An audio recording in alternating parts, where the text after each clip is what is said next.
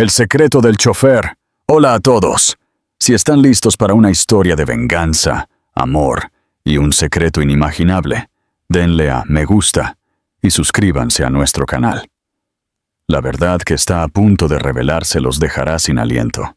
En una calle de Madrid empapada por la lluvia, una mujer de 7 meses de embarazo temblaba dentro de un vestido de 1.000 euros.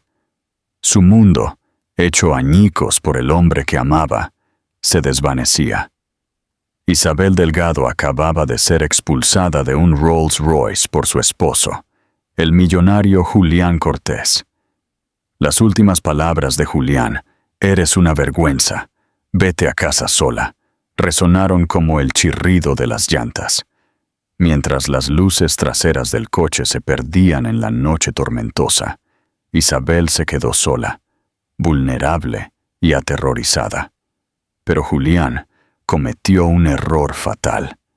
Vio a una esposa descartada, un problema que podía dejar en la acera. Lo que no vio, lo que no podía saber, era que el hombre silencioso detrás del volante, el mismo hombre que acababa de presenciar su acto monstruoso, guardaba un secreto inimaginable. No era solo un chofer, era su padrino multimillonario, y estaba a punto de desatar su propia tormenta. El aire en la parte trasera del Rolls Royce Phantom era tan frío como el corazón de Julián Cortés.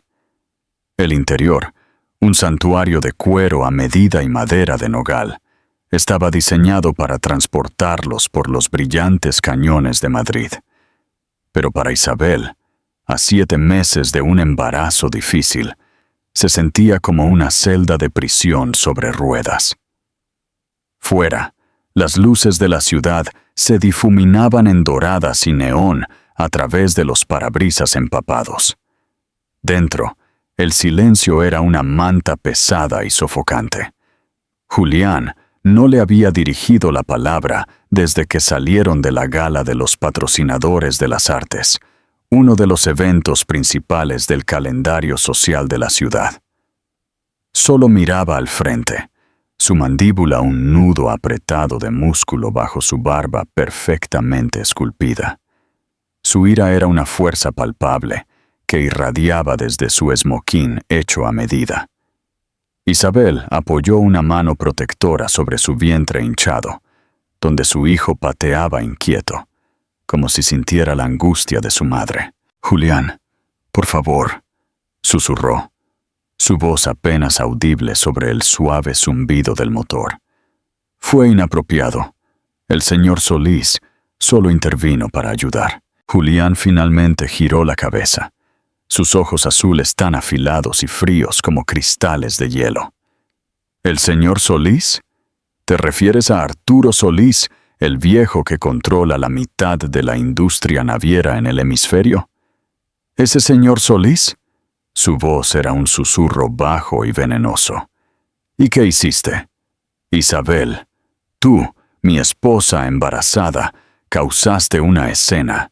Dejaste que ese viejo y lascivo promotor inmobiliario, Marcos Torres, te acorralara y luego permitiste que Solís, un hombre con el que he estado tratando de conseguir una reunión durante 6 meses, me tratara como a un colegial que no puede controlar a su esposa». Las lágrimas brotaron de los ojos de Isabel. Puso su mano en mi vientre, Julián. Estaba borracho y dijo algo vulgar sobre el bebé. Arturo, el señor Solís, fue un caballero. Simplemente le pidió que se alejara. ¿Un caballero? Julián se burló con una sonrisa cruel que le torció los labios. Me hizo quedar como un débil delante de todos. La prensa, mis competidores, mis inversores. Ellos no ven a un caballero defendiendo a una mujer embarazada. Ven a la esposa de Julián Cortés siendo acosada y a otro hombre más poderoso interviniendo. Se trata de las apariencias, Isabel. Algo que nunca has entendido. Isabel se encogió contra el lujoso cuero. Este era el Julián que había llegado a conocer y temer en los últimos 2 años. El Julián público era encantador, filantrópico, un magnate inmobiliario hecho a sí mismo. Pero el Julián privado era un hombre completamente diferente. Él era una criatura de intensa inseguridad, obsesionada con el estatus y la percepción pública. Su embarazo, que debería haber sido una alegría, se había convertido en otra variable que él debía controlar. No quise causar una escena, suplicó suavemente. Solo estaba asustada. ¿Asustada? Se rió con un sonido corto y feo. Estás casada conmigo, no tienes nada de qué asustarte, excepto de avergonzarme. Ese es tu único trabajo en este momento, bella. Lucir hermosa, estar callada y no avergonzarme. Y has fracasado, espectacularmente.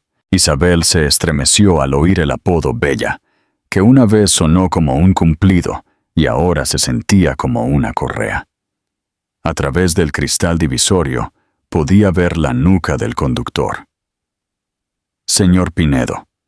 Era un hombre mayor, siempre impecablemente vestido y con una dignidad tranquila.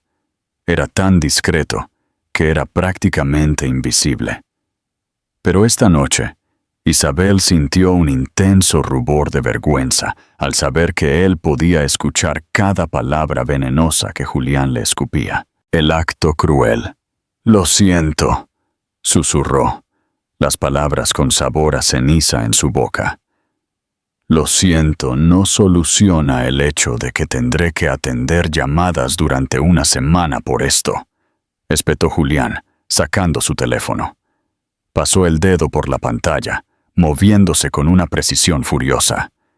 Gasto millones para construir una imagen de poder y control, y tú la deshaces en 5 minutos porque no puedes lidiar con un viejo borracho. Isabel se volvió para mirar por la ventana, una sola lágrima trazando un camino por su mejilla. La lluvia caía con más fuerza ahora. Sentía una profunda y fría sensación de pavor en el estómago. «Se te pasará, Julián», dijo, tratando de calmarlo. ¿Pasarse? Finalmente guardó su teléfono y dirigió toda su atención a ella. «No lo entiendes. La percepción es la realidad.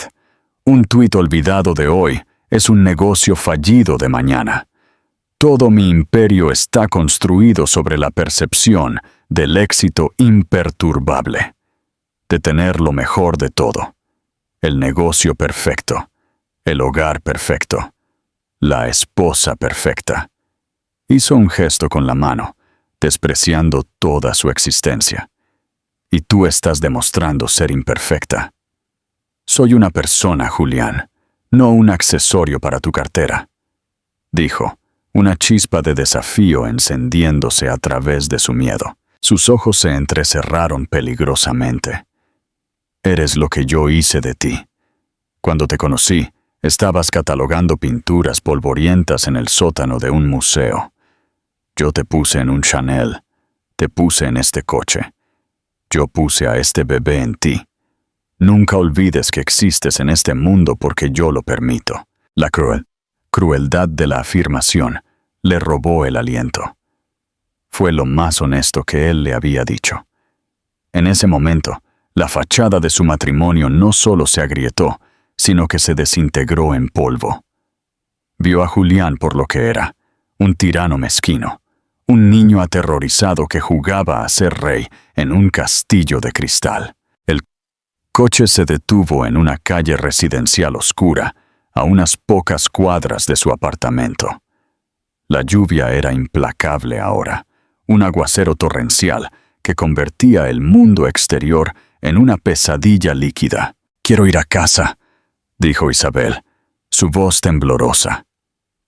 «No», dijo Julián, su voz plana y desprovista de emoción. «Has sido un estorbo esta noche. No puedo tenerte en mi casa, contaminándola con tu fracaso». «Julián, ¿de qué estás hablando?», preguntó Isabel, el pánico finalmente apoderándose de ella. Él se inclinó y golpeó el cristal divisorio. «Pinedo», Detente. El conductor, el señor Pinedo, guió suavemente el Rolls Royce hasta la acera. Julián, ¿qué estás haciendo? Isabel preguntó, el pánico finalmente apoderándose de ella. Esta no es nuestra casa. Dije que habías fracasado, y en mi mundo, el fracaso tiene consecuencias, dijo, y presionó el botón que desbloqueaba las puertas. Una ráfaga de viento frío y húmedo se arremolinó en el coche. Sal. Julián, detente. Estoy de 7 meses de embarazo. Está lloviendo, suplicó. Sal de mi coche, pronunció cada palabra con escalofriante precisión. Eres una vergüenza. Vete a casa sola. Quizás puedas llamar a tu nuevo amigo, Arturo Solís, para que te recoja. Se desabrochó el cinturón de seguridad, se inclinó y abrió físicamente la puerta. La lluvia comenzó a empapar el dobladillo de su vestido de seda. Las lágrimas se mezclaron con la lluvia en su rostro. Isabel se esforzó por salir del coche. Se quedó allí, temblando, mientras Julián se inclinaba y cerraba la puerta con un sólido y final golpe sordo. Para su asombro, el chofer, el señor Pinedo, salió bajo el diluvio. Caminó alrededor de la parte delantera del coche y abrió la puerta trasera del lado de Julián. Isabel pudo escuchar los gritos amortiguados de su esposo. ¿Qué demonios estás haciendo? Yo doy las órdenes. Vuelve al coche y conduce. El señor Pinedo dijo algo. Isabel no pudo escuchar su voz, que era baja pero firme. Para su total asombro, Julián, el poderoso e intocable Julián Cortés, salió del coche. Farfulló, señalando con el dedo al conductor, pero el señor Pinedo simplemente se quedó allí, un objeto inamovible en la tormenta. Después de otro breve y acalorado intercambio, Julián levantó las manos con disgusto, le dio la espalda a su propio coche y se alejó por la calle, desapareciendo en la oscuridad lluviosa como un fantasma. La gran revelación. Isabel se quedó temblando y confundida, mientras el chófer, el señor Pinedo, caminaba tranquilamente hacia ella. Se quitó la chaqueta de su traje y, sin decir una palabra, la colocó sobre sus hombros temblorosos. La calidez de la lana fue un pequeño consuelo en el frío penetrante. «Vamos, querida», dijo, su voz sorprendentemente suave, pero llena de una autoridad que empequeñecía la ruidosa rabia de Julián. «Salgamos de la lluvia». La guió suavemente no al asiento trasero, sino a la puerta del pasajero delantero. Al sentarse en el cálido cuero, su mente dio vueltas. ¿Por qué el conductor había echado a su esposo de su propio coche? ¿Quién era este hombre?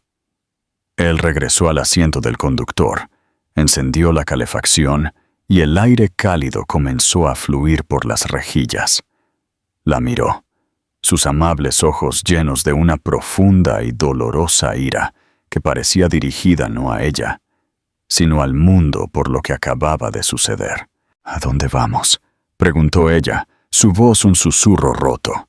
Él colocó una mano reconfortante en el tablero. «Vamos a un lugar seguro, un lugar donde él nunca podrá volver a tocarte». Hizo una pausa. Su mirada se encontró con la de ella, y en esa mirada, años de historia tácita parecieron pasar entre ellos. «Todo está bien, Isabel. Estás conmigo ahora. Estás con Arturo». El nombre flotaba en el aire, suspendido entre el suave tic-tac del reloj del tablero y el rítmico movimiento de los limpiaparabrisas. Arturo. El nombre del poderoso multimillonario de la gala. El nombre que Julián había escupido como una maldición. No podía ser. Isabel miró fijamente al hombre a su lado. El señor Pinedo. No. Arturo era mayor, de unos 60 y tantos. Tenía el pelo plateado y una cara grabada con una sabiduría tranquila y una formidable resolución. Arturo Solís respiró, la pregunta llena de incredulidad. Él le dio una sonrisa triste y gentil. Me temo que sí. Me disculpo por el engaño, Isabel. Nunca fue mi intención que te enteraras de esta manera. El Rolls Royce se movió silenciosamente por las calles desiertas, no hacia su ático, sino hacia el centro, hacia los viejos barrios establecidos de Madrid. La confusión en la mente de Isabel era un torbellino de miedo, alivio y 1000 preguntas sin respuesta. «Pero eres un chofer», balbuceó, agarrando su chaqueta con más fuerza. «Trabajas para una firma de seguridad». «Soy el dueño de la firma de seguridad», la corrigió gentilmente. «Entre otras cosas, cuando te casaste con Julián, tuve mis preocupaciones. Él tiene cierta reputación en el mundo financiero. No es buena.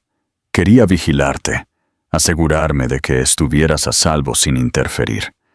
Quería darle a tu matrimonio la oportunidad de ser real». Suspiró, un sonido pesado de arrepentimiento. «Hice los arreglos para ser tu chofer personal. Era la forma más fácil de estar cerca si alguna vez me necesitabas». La mente de Isabel retrocedió. Los pequeños momentos de amabilidad, la botella de agua que aparecía en el bolsillo del asiento en un día caluroso. La forma en que siempre parecía estar allí, esperando unos momentos antes de que ella llamara al coche. La vez que se sintió mareada mientras compraba, y él la acompañó tranquilamente a una silla y regresó con jugo de naranja, hablándole suavemente hasta que se sintió mejor. Ella había pensado que era simplemente un empleado excepcionalmente bueno. «¿Pero por qué?», preguntó, las lágrimas brotando de sus ojos de nuevo. Pero esta vez eran lágrimas de confusión, no de desesperación. «¿Por qué harías todo eso por mí?». Arturo detuvo el coche frente a una majestuosa casa de piedra, cubierta de hiedra, en una tranquila plaza arbolada. Apagó el motor y el silencio resultante fue profundo. Se volvió para mirarla, su expresión de una ternura infinita. «Tu padre, Marcos Ruiz», comenzó. Su voz se quebró de emoción. «Él no fue solo mi primer socio de negocios, Isabel. Él fue mi mejor amigo. Más que un amigo. Fue el hermano que nunca tuve». El corazón de Isabel se detuvo. Su padre había muerto en un trágico accidente de coche cuando ella tenía 12 años. Era un historiador del arte brillante y apasionado que, según su madre, había hecho una inversión muy inteligente al principio de su vida que había mantenido a su familia cómoda, pero no rica. «¿Mi padre? ¿Te conocía?» «Me conocía». Arturo soltó una suave risa. «Empezamos nuestra primera compañía juntos en un garaje. Era una empresa de logística que transportaba bellas artes para museos y coleccionistas privados. Marcos tenía la experiencia y los contactos en el mundo del arte. Yo tenía una cabeza para los negocios y un poco de dinero familiar para empezar. Esa pequeña compañía se convirtió en Solís Global. Las piezas comenzaron a encajar en su lugar, formando una imagen tan vasta e increíble que hizo que Isabel se mareara. Solís Global era un gigante, una corporación multimillonaria con intereses en transporte marítimo, aviación, seguridad y tecnología. Y su padre académico y tranquilo, había sido cofundador. Cuando tu padre falleció, continuó Arturo, con los ojos brillando. Fue el peor día de mi vida. Estuve a su lado en el hospital. Sus últimas palabras. Me hizo prometer que siempre los cuidaría a ti y a tu madre, que sería tu padrino, tu ángel guardián, y me aseguraría de que nunca les faltara nada y de que siempre estuvieran protegidas. Miró hacia el parabrisas empapado de lluvia. Tu madre, que Dios la tenga en su gloria, Era una mujer orgullosa. Después de la muerte de Marcos, no quiso caridad. Aceptó el fondo fiduciario que establecí a partir de la parte de la compañía de tu padre. Pero ella quería que tuvieras una vida normal, lejos del mundo de la riqueza extrema.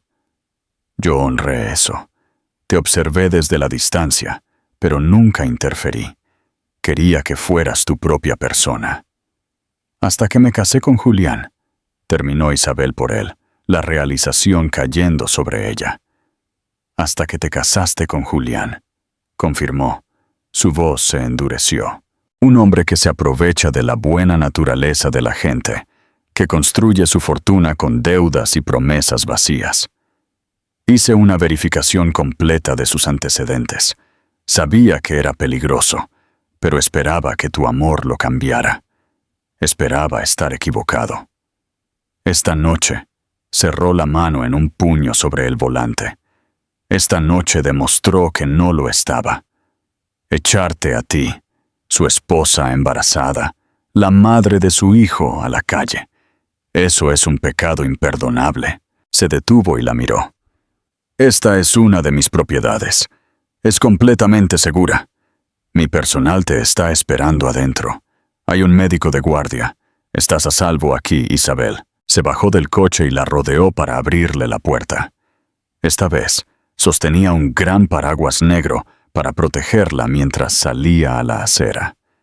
Ella levantó la vista hacia la magnífica casa antigua. Sus ventanas brillaban con una luz cálida y acogedora. Parecía un santuario.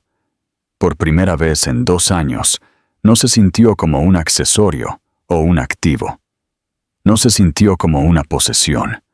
Mientras Arturo Solís, su guardián silencioso, el mejor amigo de su padre, su padrino multimillonario, la guiaba suavemente por los escalones, fuera de la tormenta y hacia la calidez. Isabel Ruiz sintió algo que no había sentido en mucho tiempo. Se sintió segura. El renacimiento. El interior de la casa era la antítesis del frío y moderno ático que compartía con Julián. Estaba lleno de rica caoba, sillones de cuero gastado, estantes repletos de libros y paredes adornadas con obras de arte. No era una sala de exposición. Era un hogar. Una mujer amable, con un vestido negro sencillo, a quien Arturo le presentó como la señora Gable, la ama de llaves, los recibió en la puerta. Inmediatamente tomó la chaqueta mojada de Isabel y la envolvió en una cálida manta de cachemira. Me tomé la libertad de llamar a la doctora Evans, dijo Arturo, su tono ahora serio. Es una de las mejores obstetras de la ciudad. Estará aquí en 20 minutos para asegurarse de que tú y el bebé estén bien después del frío. Isabel solo pudo asentir, abrumada. Le pusieron una taza de té de manzanilla caliente en sus manos temblorosas. La calidez se filtró en sus huesos, un claro contraste con el miedo helado que la había llenado hacía solo 1 hora. Una vez que la doctora Evans se fue, confirmando que tanto la madre como el bebé estaban perfectamente sanos, Isabel y Arturo se sentaron uno frente al otro en la tranquila biblioteca. La tormenta aún rugía afuera, pero allí adentro, con el fuego crepitando y el olor a papel viejo, se sentía como si estuvieran en otro mundo. La parte de la compañía de mi padre, comenzó Isabel, su voz vacilante. Mi madre me dijo que nos dejó un fondo fiduciario. Era suficiente para nuestra casa y para mi educación. Era cómodo. Arturo se inclinó, su expresión seria. Isabel, tu madre era una mujer maravillosa, pero tenía una visión muy diferente del dinero. El fondo al que te permitió acceder era simplemente el interés de una pequeña fracción de la cartera principal. Le aterrorizaba que la gran riqueza te corrompiera. Quería que encontraras tu propio camino. Se levantó y caminó hacia un magnífico escritorio antiguo. Desbloqueó un cajón y sacó una gruesa cartera de cuero, colocándola en la mesa de café frente a ella. La participación original de tu padre en la compañía era del 40%. Yo poseo el 60%. Éramos socios. A lo largo de los años, a través de divisiones de acciones y adquisiciones, ese 40% ha crecido. Después de que tu madre falleció, el control total del fideicomiso familiar Ruiz me fue transferido, según el testamento de tus padres, para ser administrado en tu nombre hasta tu 30º cumpleaños, o a mi discreción, si las circunstancias lo requerían. Abrió la cartera. Dentro había páginas de estados financieros, certificados de acciones y resúmenes de activos. Los ojos de Isabel recorrieron los números, pero su cerebro no podía comprenderlos. Había demasiadas comas, demasiados ceros. No entiendo, susurró, mirándolo. Permíteme ser claro, dijo Arturo, su voz firme y amable. Julián Cortés es un millonario. Le gusta usar esa palabra. Según la mayoría de las estimaciones, su patrimonio neto, que en su mayoría es deuda apalancada contra sus propiedades, es de alrededor de 90 millones de euros. En un buen día. Tocó la última página del resumen en la cartera. Isabel, este fideicomiso, tu fideicomiso, actualmente está valorado en algo más de 4.700 millones de euros. El aire abandonó los pulmones de Isabel en un suspiro. Se sintió mareada. Miles de millones. Con una B. Era un número tan vasto, tan astronómico, que parecía una fantasía. Durante todo este tiempo, había estado viviendo como la dependiente de Julián, caminando sobre cáscaras de huevo, aterrorizada por sus estados de ánimo y su poder financiero sobre ella, cuando en todo momento poseía una fortuna que empequeñecía la de él hasta la insignificancia. Toda mi vida, dijo, su mente dando vueltas. Toda tu vida has sido quien eres gracias a tu carácter, no a tu cuenta bancaria. Y eso es exactamente lo que tus padres habrían querido, dijo Arturo con firmeza. Estarían increíblemente orgullosos de la mujer en la que te has convertido, pero estarían horrorizados por lo que ese monstruo te hizo esta noche. La cláusula, si las circunstancias lo requieren, en el testamento se ha cumplido. A partir de este momento, tienes acceso y control total sobre tus activos. Cerró la cartera. No eres una víctima, Isabel. No eres una damisela en apuros. Eres una de las mujeres más ricas de este país, y eres mi ahijada. Julián Cortés no solo echó a su esposa embarazada de un coche, echó a la hija de Marcos Ruiz de un coche, y lo hizo justo enfrente de mí. Una furia fría y dura comenzó a reemplazar la conmoción en el corazón de Isabel. La humillación, el miedo, los años de sutil abuso emocional, todo se unió en un único punto de rabia al rojo vivo. Julián no solo la había insultado la memoria de sus padres. ¿Qué hacemos?, preguntó. Su voz ya no temblaba. Era firme y dura como el acero. Los labios de Arturo se curvaron en una sonrisa fina y sombría. Parecía menos un anciano amable y más un titán corporativo, un tiburón que olía sangre en el agua. Primero, descansamos, dijo. Mañana haré una llamada a una abogada de la que ya hemos hablado. Ella come hombres como Julián para el desayuno. Segundo, mi equipo de contabilidad forense comenzará a investigar las propiedades de Cortés. Un hombre tan arrogante y apalancado siempre tiene esqueletos en sus armarios financieros. Los encontraremos. Se reclinó en su silla, la luz del fuego brillando en sus ojos. Él quería arruinar tu noche, Isabel. Nosotros vamos a arruinar toda su vida. El legado Julián Cortés.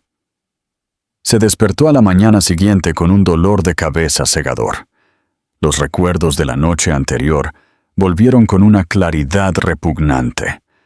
La gala, la interferencia de Solís, la pelea con Isabel, echarla del coche. Un destello de inquietud lo recorrió.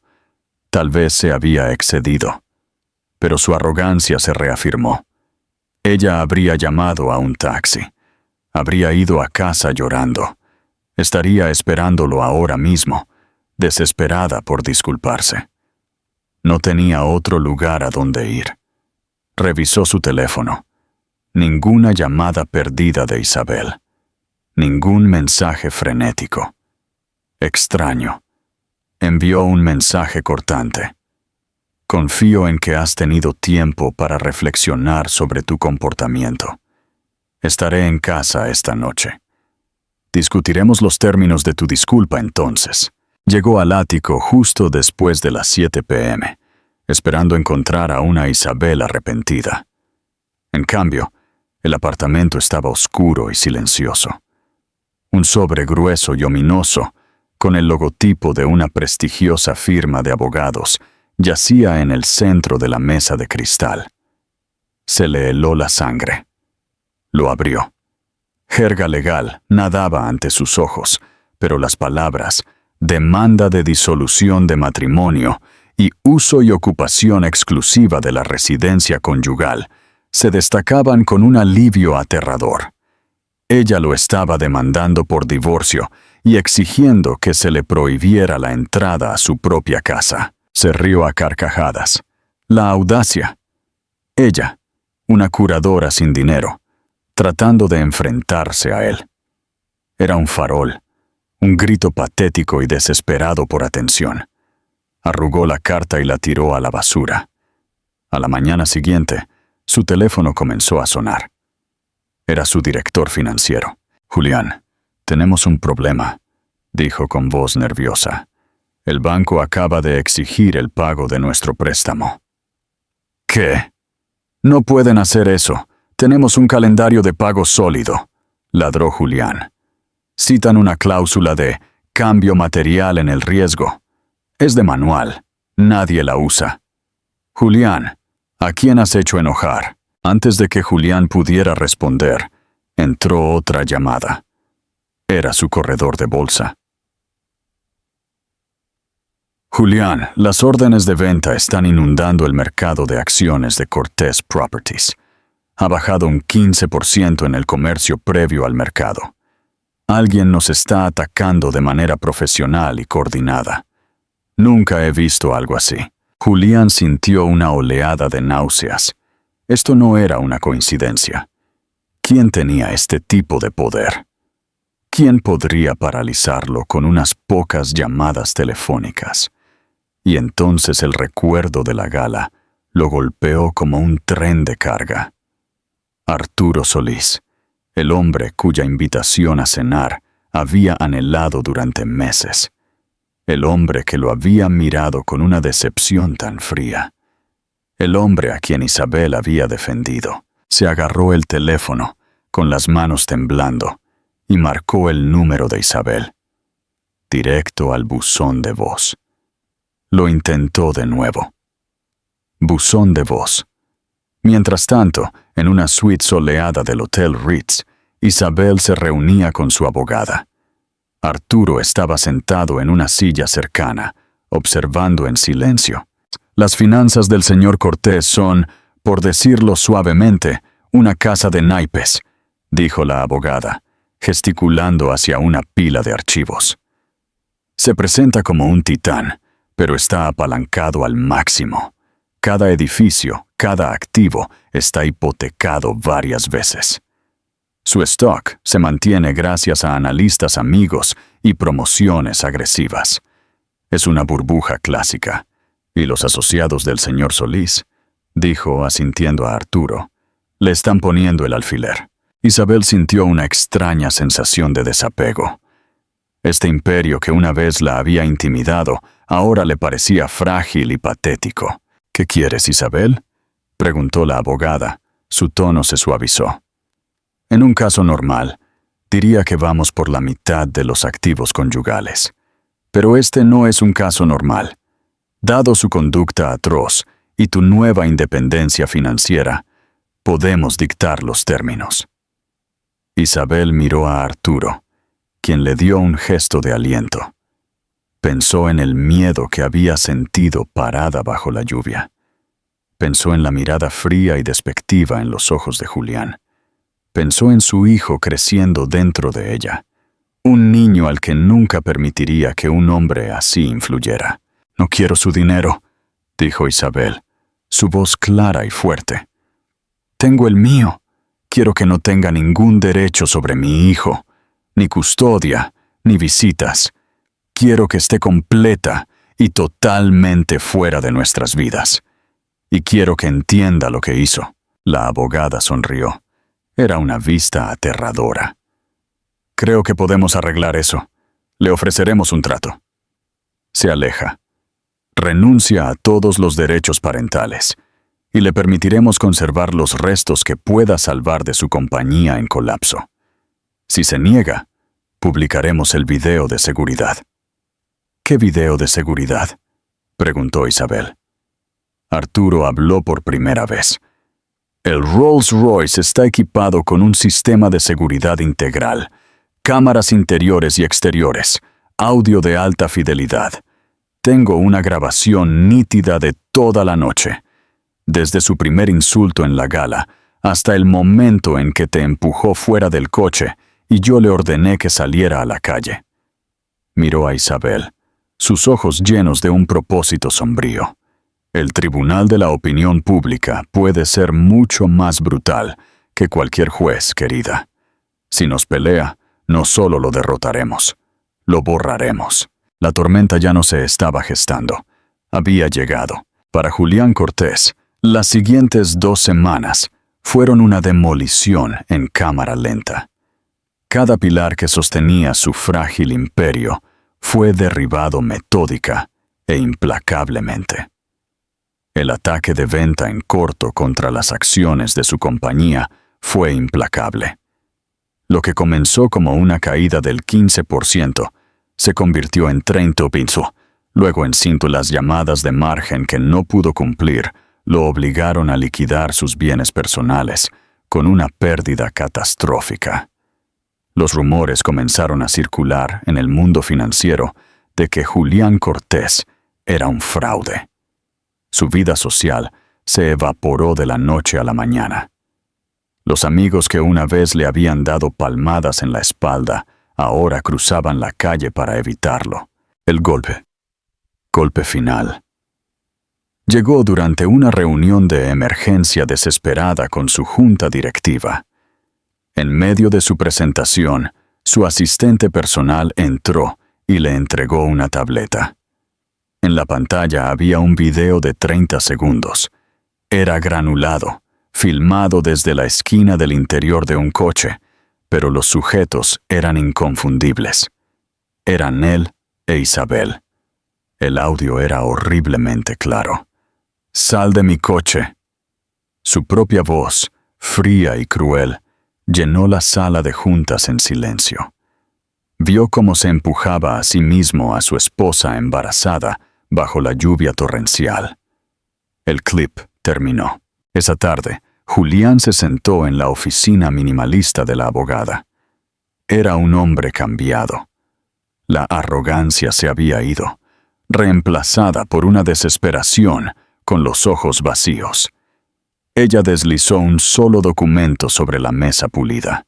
«Los términos son simples, señor Cortés. Usted renuncia a todas y cada una de las reclamaciones sobre los bienes de la señorita Ruiz. Usted cede de forma permanente e irrevocable todos los derechos parentales sobre el niño. A cambio, el video y los hallazgos completos de nuestro equipo de contabilidad forense no se harán públicos. Se quedará con lo que pueda raspar de las cenizas».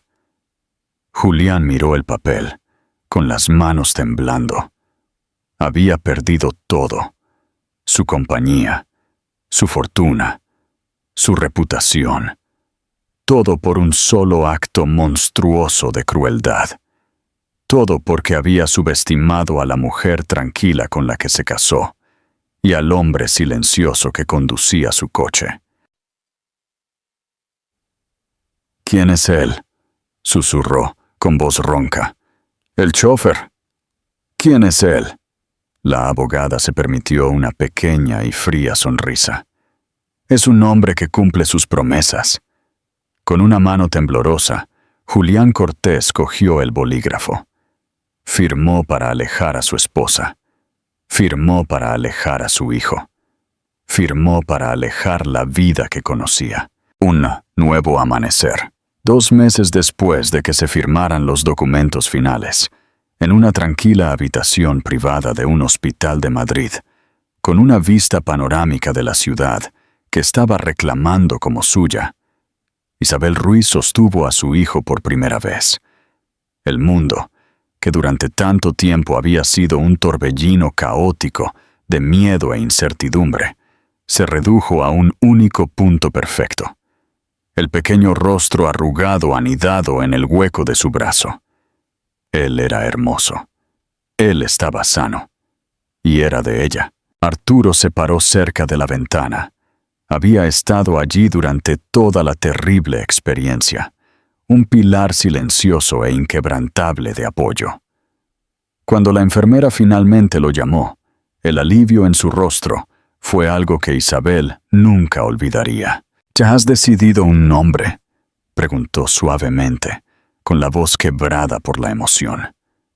Isabel miró a su hijo, cuyo cabello oscuro era tan parecido al de ella, y una profunda claridad la invadió. El nombre de Cortés nunca tocaría a su hijo. Su hijo merecía un nombre construido sobre una base de amor, fuerza e integridad. «Se llama Miguel Marcos Solís», anunció su voz, clara y firme.